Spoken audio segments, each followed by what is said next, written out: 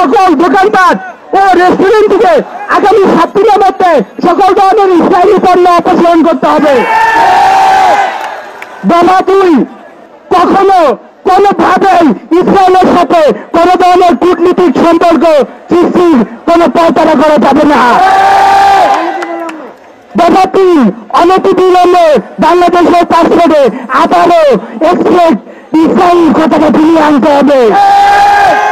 দফা 4, বাংলাদেশের পক্ষ থেকে জাতীয়ভাবে ফিলিস্তিনের প্রতি সংহতি জানিয়ে বিবৃতি দিতে হবে। দফা 5, ভারতে হওয়া ওয়াকফ বিল প্রত্যাহারের জন্য অনুরোধ করা হবে।